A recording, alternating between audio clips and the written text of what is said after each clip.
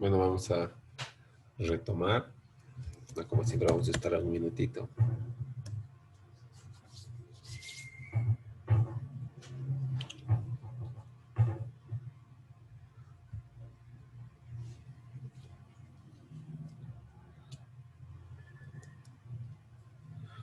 Estábamos justo acá, ¿no? El número de socios puede constituirse con 2 o más. En caso de ser un banco, tienen que ser 5 o más.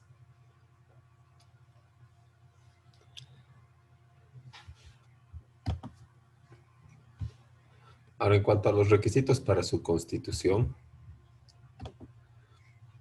las sociedades anónimas mixtas o las sociedades de economía mixta tienen que cumplir con 5 requisitos. Una propuesta de los promotores, una suscripción de un convenio, obviamente entre la iniciativa privada y la pública, representada por la institución o la municipalidad, la gobernación o el Estado central. Un decreto supremo, un depósito en el banco y la inscripción al registro del comercio, que está a cargo de una empresa privada que es Fundempresa.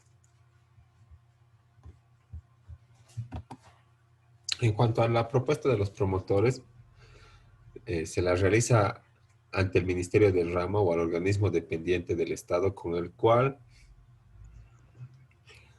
ha de formarse la sociedad,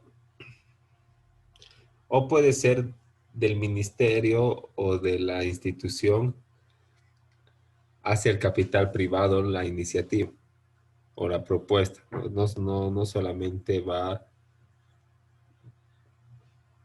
eh, de la iniciativa privada hacia la autoridad o hacia el ministerio del ramo, sino que puede ser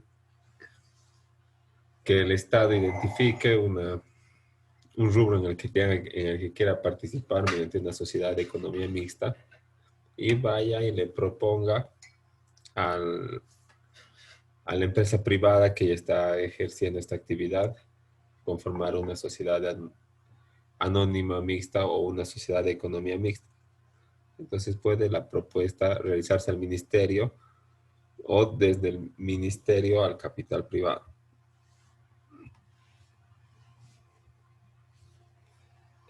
El segundo requisito, la suscripción del convenio, se la realiza, como les había mencionado, entre el interés privado y la entidad del sector público para la formación de la sociedad, con proyectos aprobados de la escritura de constitución y de los estatutos. Como les había señalado también en la primera parte, son varios requisitos los que hay que reunir de acuerdo al derecho privado para constituir la sociedad anónima dentro de los términos que establece el Código de Comercio.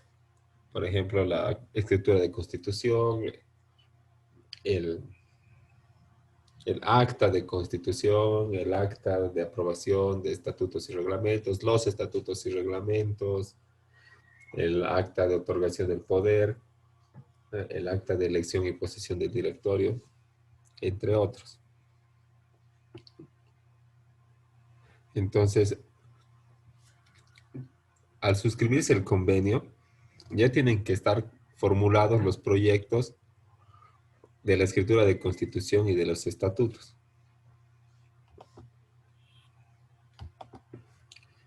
Como tercer requisito se establece un decreto supremo que autoriza la formación de la sociedad, aprueba el proyecto de contrato de constitución y los estatutos y ordena su protocolización en la notaría respectiva.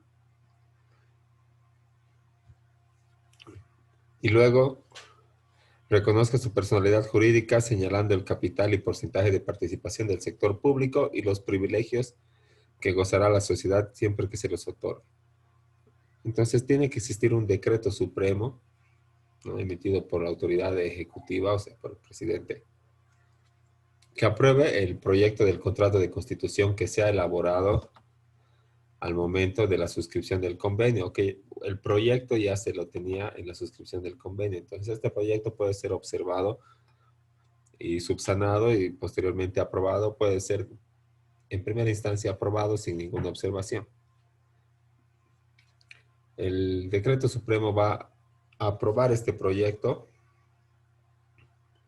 de la Constitución y de los estatutos y va a ordenar su protocolización en la notaría de gobierno respectiva. Entonces, si la sociedad de economía mixta va a ejercer en Cochabamba, pues será en la notaría de gobierno de la ciudad de Cochabamba. Si fuera en La Paz o en Sucre, lo propio. Porque cuando el Estado protocoliza un documento, siempre se realiza en la notaría de gobierno. La protocolización quiere decir que el notario, en este caso el notario de gobierno, va a recibir un conjunto de documentos como son la Constitución, el decreto, el convenio, y también los estatutos y reglamentos. ¿Y qué va a hacer? Lo va a protocolizar. Y protocolizar quiere decir solamente transcribir estos documentos en los formularios notariales. Eso es protocolizar. Y una vez transcrito en los formularios notariales, el notario va a expedir la escritura pública y se las va a entregar a las partes interesadas. Y aquellos documentos que han llevado las partes, como ser el decreto,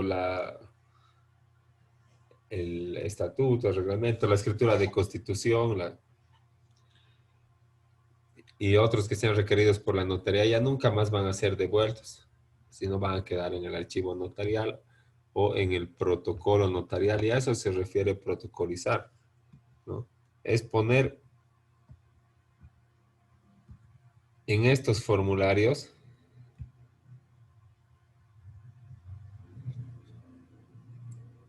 un documento, transcribir un formulario, transcribir una declaración o una minuta de compraventa. Por ejemplo, esa es una de compraventa. Y eso es protocolizar, ¿no? Por primero, donde está esta escritura pública, antes de ser un protocolo como es esto, ha sido una minuta de transferencia privada. La minuta se ha llevado a la alcaldía, se la ha visado, le han puesto sellos, han cobrado el impuesto a la transferencia, el impuesto y la minuta se ha llevado al notario y está transcrito acá tanto la minuta como el impuesto a la transferencia.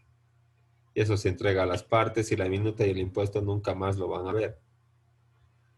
Pero esta escritura pública va a surtir todos los efectos jurídicos que tiene que surtir, o sea, va a derivar en el cambio de la titularidad del dominio, de la propiedad. A eso se refiere protocolizar, ¿no? Poner estos documentos en esas hojitas, en esos formularios, que se conserve en el archivo notarial los documentos que han dado origen a esta escritura pública, y esta escritura pública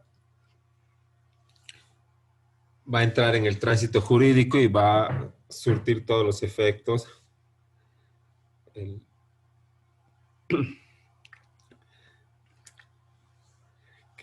todos los efectos a los que se refiere. Por ejemplo, en este caso va a otorgar la personería jurídica a la sociedad de economía mixta. En el caso de la compraventa, la protocolización va a habilitar al registro de la transferencia en derechos reales. Al protocolizar un poder, recién va a poder actuar el apoderado por su mandante. Entonces, esos son los efectos de la protocolización. Y eso es protocolizar, ¿no? Nada más es que te entreguen la escritura pública una vez que tú has dejado los documentos. Y se llama protocolizar porque se queda en el archivo protocolar. El protocolo es el original que se queda en la notaría y a vos te dan una copia en formularios originales. Por eso se llama testimonio. Como cuarto requisito está un depósito en el banco que tiene que ser del capital pagado.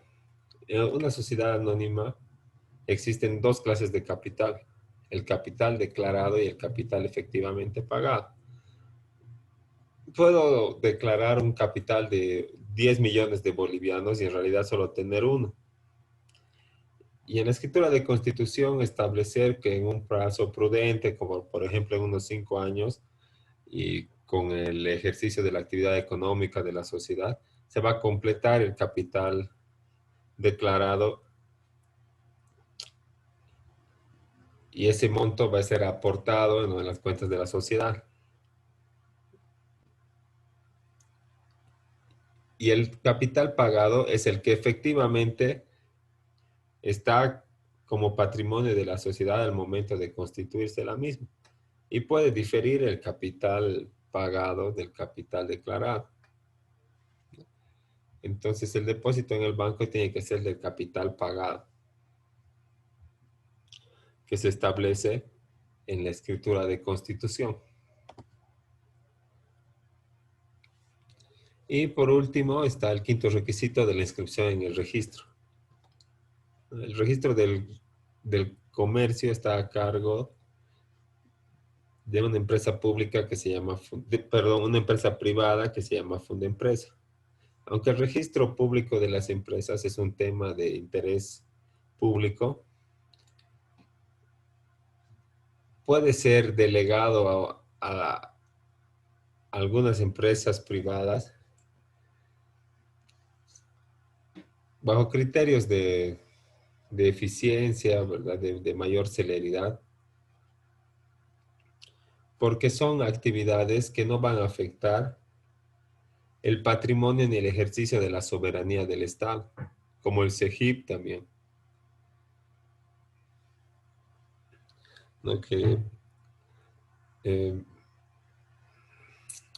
luego está eh,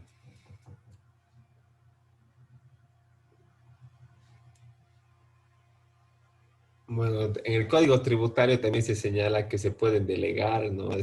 Algunas actividades de fiscalización y control, algunas empresas privadas, siempre y cuando no afecte el ejercicio de la soberanía tributaria del Estado.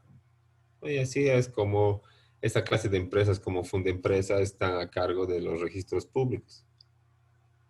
Y hay que registrarse ahí en Fundempresa como sociedad de economía mixta y tienen que obtener el certificado de registro de comercio. Y recién van a poder operar como una sociedad de economía mixta. En sus estatutos, ¿no? Por lo menos tienen que contener estos puntos que están señalados acá, que son las acciones emitidas, que tienen que expresarse en dos series, ¿no? Las acciones son eh, una hojita, ¿verdad? Que señala que uno es propietario de una parte de una sociedad anónima,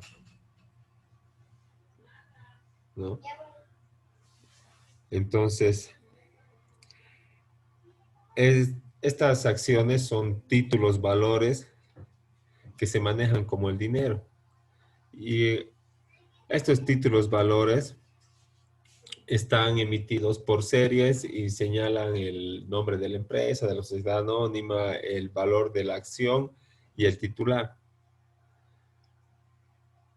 Ahora, cuando una sociedad anónima es mixta, estos títulos valores no pueden ir en una sola serie, sino que tienen que emitirse en dos series. Una serie para las acciones del sector privado y una serie para las acciones del sector público.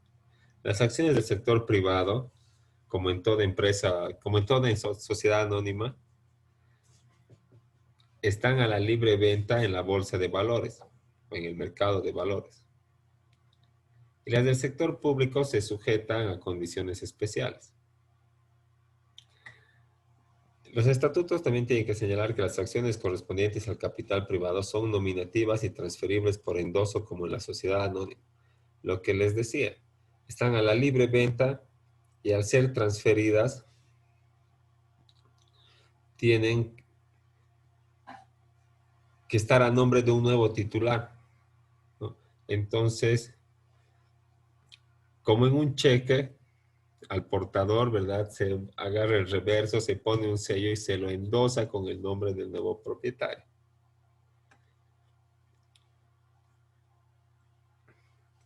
Ahora, también los estatutos señalan que el número de directores está determinado por cada una de las series de acciones, así como la forma de designación del presidente. Entonces tiene que haber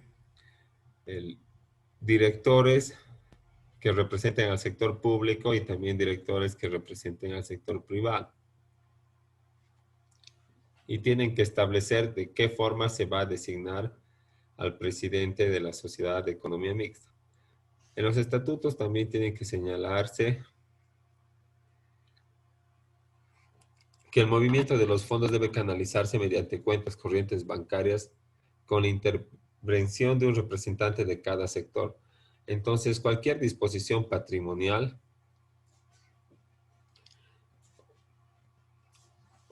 o cualquier operación de intermediación financiera tiene que canalizarse en las cuentas que están a nombre de la sociedad, pero siempre tiene que intervenir un representante de cada uno de los sectores, del privado y del público. Entonces, el poder de representación tiene que señalar como representantes tanto a personas naturales que representen al paquete accionario del sector público como los del sector privado para que ambos firmen todas las disposiciones patrimoniales. Porque si no existiría esta exigencia, entonces en la Asamblea General de Socios podrían elegirse representantes solamente del sector público o solamente del sector privado. Y las disposiciones patrimoniales o el movimiento de fondos mm, podría no ser comunicado al otro sector.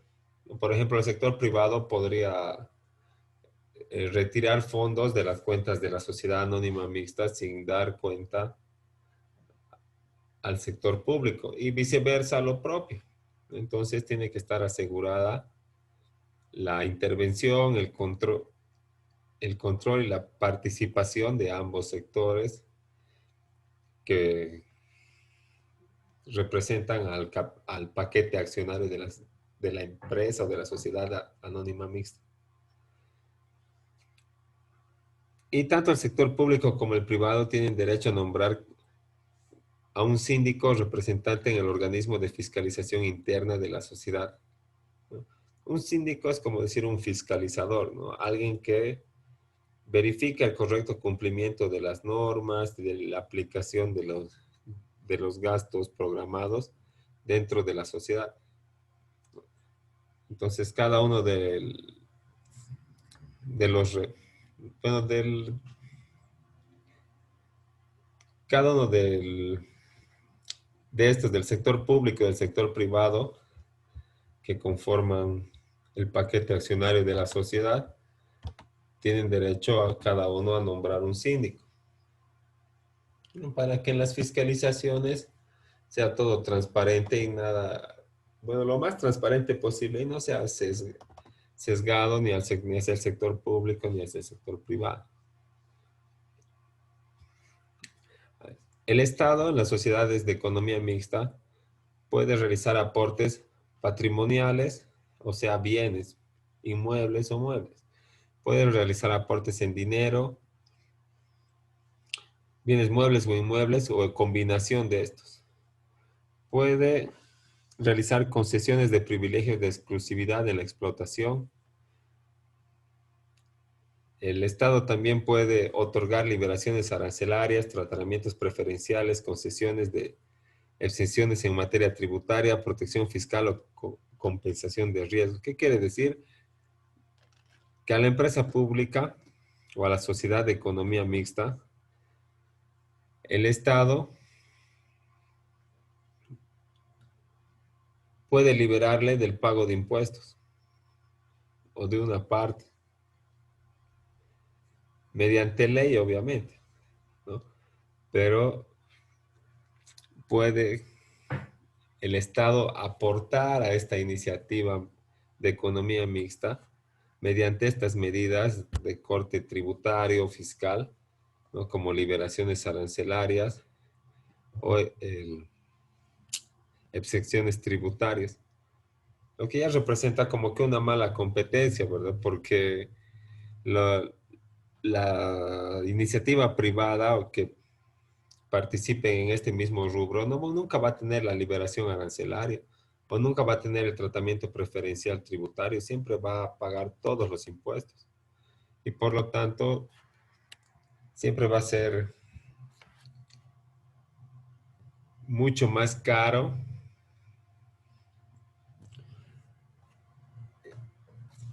los productos o los servicios que ofrezcan la iniciativa privada, ¿no? Y el Estado va a ofrecer el mismo servicio o producto más barato, pero no porque el Estado lo esté subvencionando, ¿verdad? Sino porque el Estado lo único que está tomando es una medida de liberar los aranceles o los tributos. ¿Qué quiere decir eso?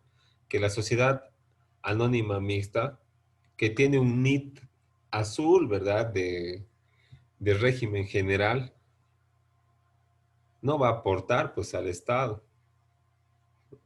Si no va a pagar aranceles, eso quiere decir no pagar tributos de importación.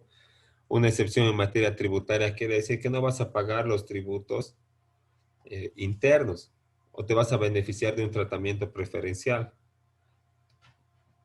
Entonces, si no vas a pagar tributos por importar y no vas a pagar los tributos internos, no vas a aportar al gasto público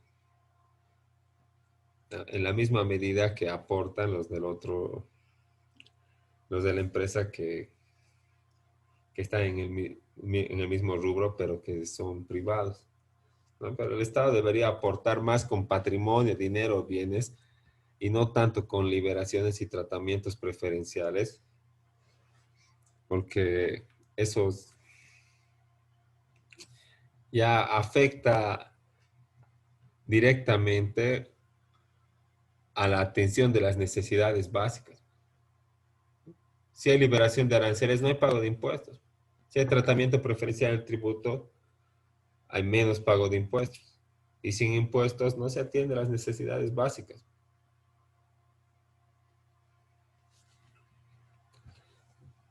Otro aporte que puede hacer el Estado es el proyecto de los estatutos, puede ser proyectado por el Estado, o a cualquier otro tipo de aporte tecnológico, ¿no? Tal vez tienen un sistema o algún programa, alguna aplicación para desarrollar aquella actividad económica en la que están incursionando. También puede aportar con la concesión para explotación de servicios de carácter público y con recursos naturales susceptibles de explotación. Esos pueden ser los aportes del Estado dentro de la sociedad de economía mixta.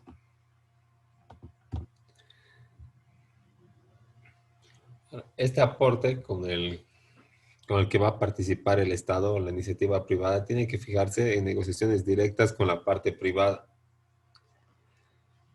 cuyo acuerdo debe ser aprobado y autorizado mediante ley expresa. Entonces, el Estado va a ofrecer a la iniciativa privada tal vez liberación arancelaria, tratamiento preferencial y va a ser suficiente para que se constituya la sociedad de economía mixta de acuerdo, obviamente, ya al estudio integral que hagan los asesores de la sociedad privada. Ahora, en cuanto al aporte privado, o sea, lo que pueden aportar los socios desde desde el sector de las acciones privadas es dinero bienes, valores depositados en el banco o en estudios, proyectos y aportes tecnológicos. Entonces, puede aportar liquidez, o sea, un monto de dinero.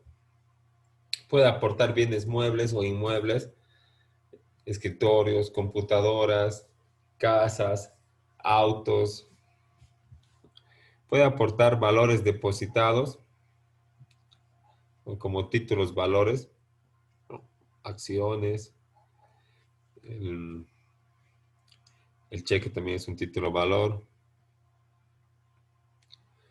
Puede aportar proyectos y puede aportar tecnología, al igual que el Estado. Y en convenio, el Decreto Supremo de Autorización y la Escritura Pública de Constitución tienen que especificar claramente el aporte tecnológico de bienes o valores y el número de acciones que corresponde al capital privado por este aporte. Entonces, la escritura de constitución que va a ser protocolizada tiene que ser extensa, completa y entre sus cláusulas tiene que expresar cuántas acciones va a corresponder al capital privado y cuál es el aporte que va a representar este número de acciones. Va a aportar, por ejemplo, 1 millón de bolivianos en dinero y va a aportar 10 escritorios, 5 computadoras y una camioneta.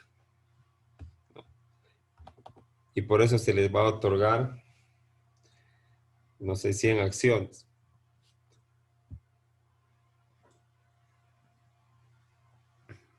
Ahora, los aportes pueden ser utilizados por la sociedad recién una vez cumplida la correspondiente entrega de los títulos de las acciones. Una vez que la iniciativa privada y la iniciativa pública realicen aquellos aportes de liquidez o dinero, de bienes muebles, inmuebles, tecnología y todo lo que hemos revisado, y esto se vuelva un patrimonio aparte, que ya no va a pertenecer ni a la iniciativa privada ni a la parte pública, sino va a pertenecer a la sociedad, a la nueva sociedad de economía mixta. Cuando esto suceda, se van a otorgar los títulos de las acciones a cada uno de sus propietarios. Una vez que se realice esta entrega de los títulos de acciones, recién la sociedad va a poder utilizar todos los bienes y el dinero que han aportado tanto la iniciativa privada como la pública. También tiene que contener la determinación del patrimonio estatal. Esto tiene que estar claramente especificado en el decreto supremo, la escritura de constitución y los estatutos. Y también se debe establecer si la explotación se refiere a recursos naturales renovables o no, y si los aportes privados son de origen nacional o extranjero. Entonces, todo eso es necesario para constituir una sociedad anónima de economía mixta. Luego también tiene que establecer un régimen de transferencia recíproca de acciones. ¿Qué quiere decir eso? Cuando venda la iniciativa privada, va a tener preferencia la pública, y cuando venda la empresa pública, ¿qué va a pasar? Si la transferencia se efectúa a favor del sector privado, la sociedad continúa como sociedad anónima privada sujeta a las prescripciones que rigen este tipo de sociedad. Entonces, si las acciones son transferidas del Estado hacia la parte privada, se va a quitar o se va a eliminar la parte mixta, porque ya no va a haber aporte estatal, pero va a seguir la empresa, no va a tener que constituirse nuevamente una nueva sociedad anónima, sino que va a seguir operando solamente como una sociedad anónima sujeta a las prescripciones de este tipo de sociedad. Y cuando las transferencias sean del sector privado al sector estatal, la empresa se va a convertir en una pública y ya no va a tener aporte privado, entonces todas las acciones van a ser de propiedad del Estado. Este régimen de transferencia recíproca también tiene que estar establecido en los estatutos, en la escritura de constitución.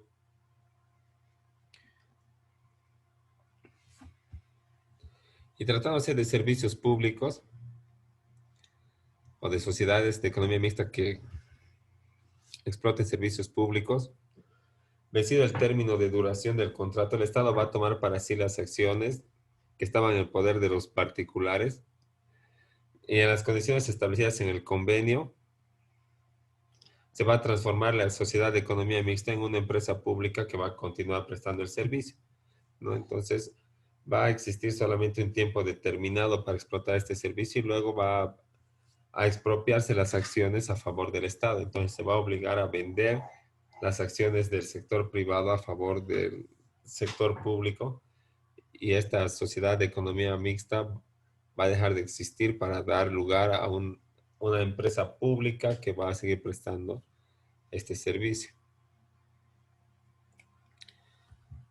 ¿No? El peritaje se refiere a los casos de reducción, liquidación o rescate, una transferencia de acciones. No tiene que ser un perito evaluador el que tiene que establecer el valor de las acciones, de los bienes, de los inmuebles, de los muebles y de todo lo que conforme el patrimonio de la sociedad a efecto de que ésta se liquide. Y las sociedades de economía mixta pueden invertir también en otras sociedades o pueden adquirir acciones de otras sociedades que estas acciones van a estar bajo la titularidad no de un hombre, de un socio del sector privado, ni de la institución pública que está conformando la sociedad, sino que las acciones que compre la sociedad de economía mixta va a estar a nombre de esta sociedad de economía mixta.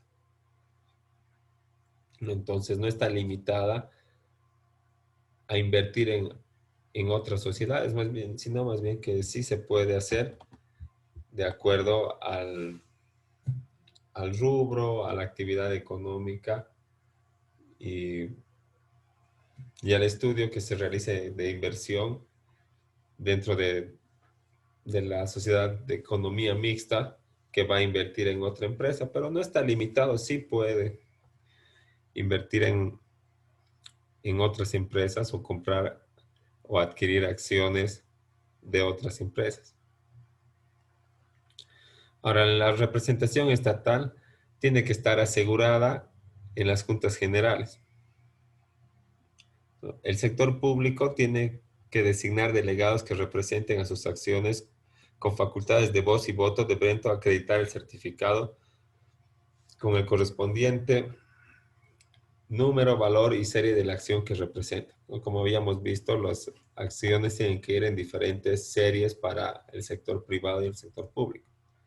Y como es una sociedad que a pesar de tener capital privado, todavía está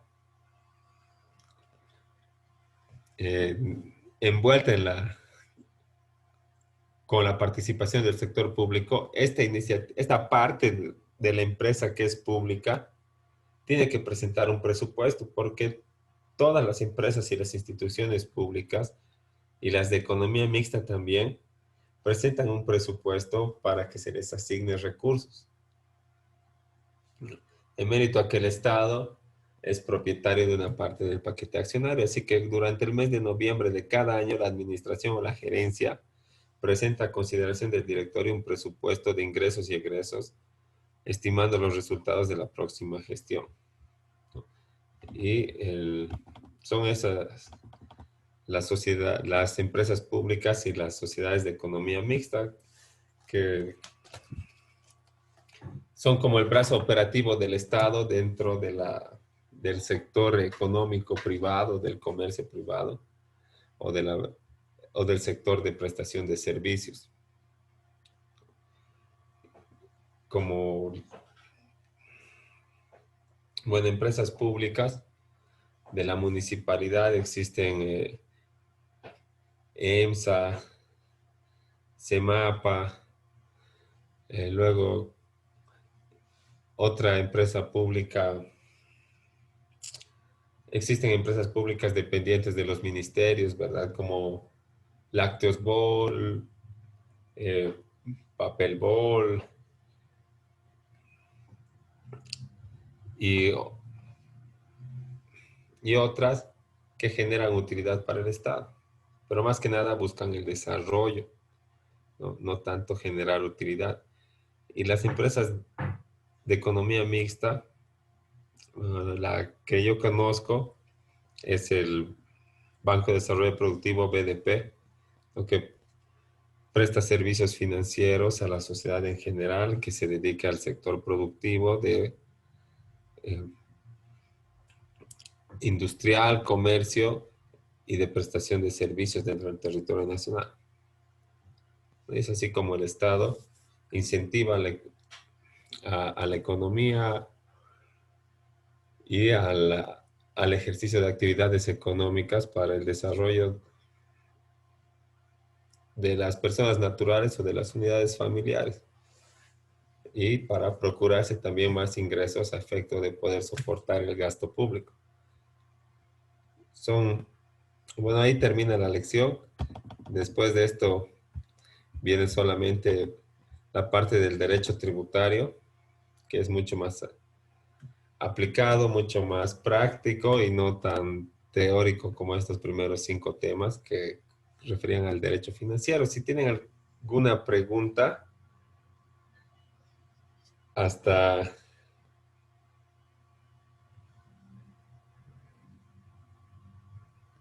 eh, No, doctor, todo claro. entonces yo les voy a mandar el material y la tarea para que cerremos esta parte del derecho financiero y nos pongamos a trabajar en el derecho tributario, que es mucho más práctico y mucho más interesante. Está bien, doctor. ¿Sí? Entonces, quedamos ahí y les envío al WhatsApp los documentos y la instrucción y coordinamos por ese medio. Hasta luego. Está bien, doctor. Hasta luego, doctor.